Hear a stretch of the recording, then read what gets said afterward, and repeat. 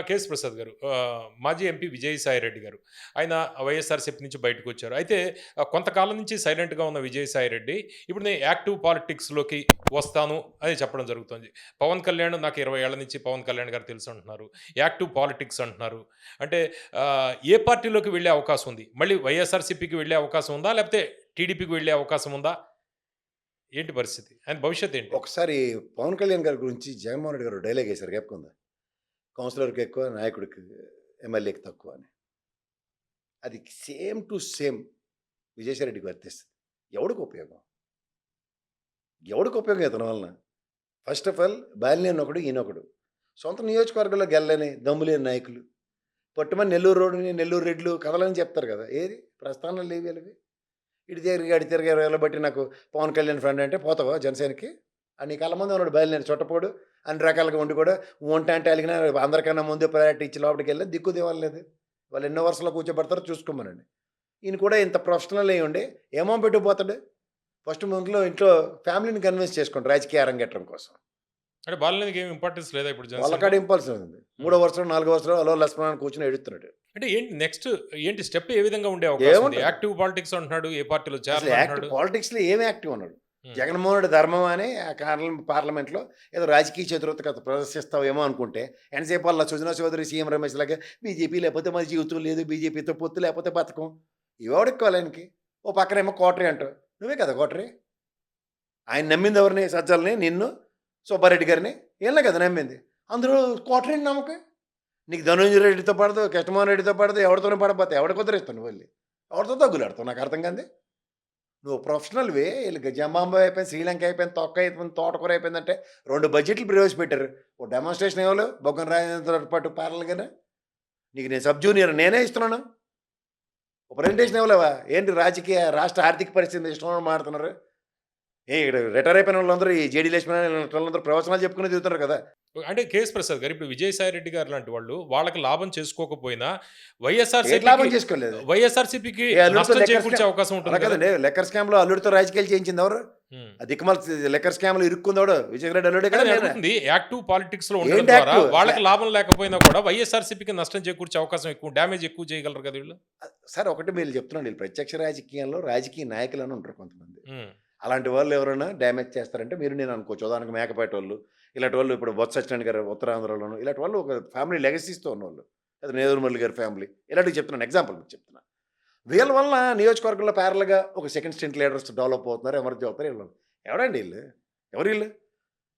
జగన్మోహన్ రెడ్డి ఆచ్ఛేదన ఇవ్వకపోతే ఈళ్ళు ఎవరు పట్టించుకునే వాళ్ళు లేరు. ఇప్పుడు ఎవరిని పట్టించుకుంటాడు చూడండి.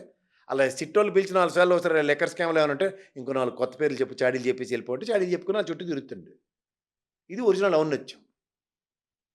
నిజంగా నువ్వు నేను ప్రత్యక్ష రాజకీయాలకు దూరంగా ఉండి ఎవరు మన మాజీ చీఫ్ సెక్రటరీ గారు ఉన్నారు చూడండి.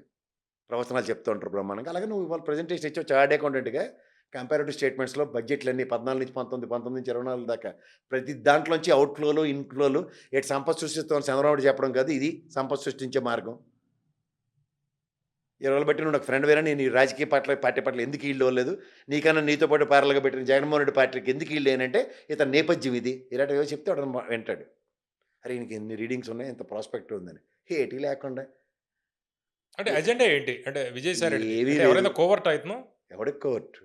ఎవడు ఉపయోగించుకుంటారు? సిట్టోళ్ళు 4 పేర్లు చెప్పమంటే ఉపయోగపడడం తప్ప నాకు ఇంకేం ఉపయోగం కనపట్లేదు ఆయనతోను. హ్మ్. ఆ! అంటే ఎవరు వాడుతున్నారంటారు ఇది ఎవరు విజయసాయిరెడ్డి వాడుతున్నారు? గారిని? ఇప్పుడు ఏ ప్రెజెంట్ పార్టీ అయితే వాళ్ళు వాడుకుంటున్నారు? అందరూ చెప్పిన దాని ప్రకారం ఇప్పుడు కూటమి ప్రభుత్వం అతను వాడుతుంది. ఈ హ్మ్. లిక్కర్ స్కామ్‌లో లేని పేర్లు, ఉన్న పేర్లు నీకెవడెవడి మీదైతే నచ్చరో వాళ్ళందరిని ధనుంజయ రెడ్డి నచ్చడు కాబట్టి హ్యాపీగా జైల్లోకి ఏయించగలిగావు. Sadistic pleasure you are getting it. Krishnamohan రెడ్డిని లోపట ఏయించావు కాబట్టి you are getting pleasure of it. Mithun రెడ్డిని ఏయించావు కాబట్టి నీకు ప్యారలల్‌గా ఎదిగి చూపించాడు కాబట్టి తట్టుకోలేక లోపట ఏయించావు. You are getting pleasure out of it. ఇంతకన్నా ఇంకేం కనపడుతుంది మీకు? అంటే ఇక్కడ 2 అంశాలండి. ఆయన జగన్మోహన్ రెడ్డి గారికి ఆడిటర్‌గా చేశారు. చాలా కాలం అసోసియేట్ అయ్యారు జగన్మోహన్ రెడ్డి గారికి.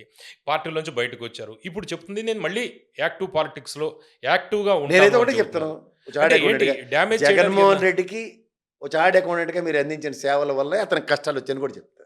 అంటే లోపల ఏమేం జరిగింది ఏంటి అని పూర్తిగా జగన్మోహన్ రెడ్డి గారి గురించి జగన్మోహన్ తెలిసిన రెడ్డి జైలుకి వ్యక్తి, వెళ్ళాడు, సిబిఐ ఆర్థిక కేసులు అన్నిటికీ వ్యవహారాలు తెలిసిన వ్యక్తి ఎవరు అంటే విజయసాయి రెడ్డి అని మనం చెప్పొచ్చు. అంటారు. మరి యాక్టివ్ పాలిటిక్స్ అంటున్నారు. అంటే రానున్న రోజుల్లో మరిన్ని సంచలనాలు తెరతీసే ప్రయత్నం ఏదైనా ఉందా?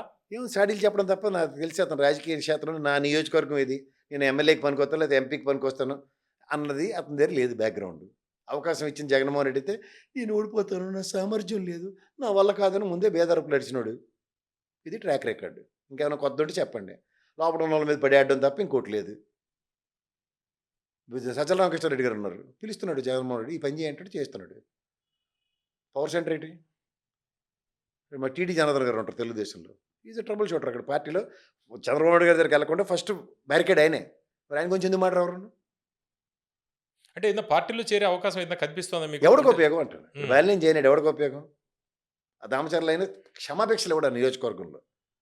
అది జనసేనకు సంబంధించి టీడీపీలో వెళ్ళే నేను ఏదైనా చెప్తుంది అవకాశం అదే ఉందా? సార్. ఎవరు? ఉమ్. విజయసాయి రెడ్డి. ఉమ్.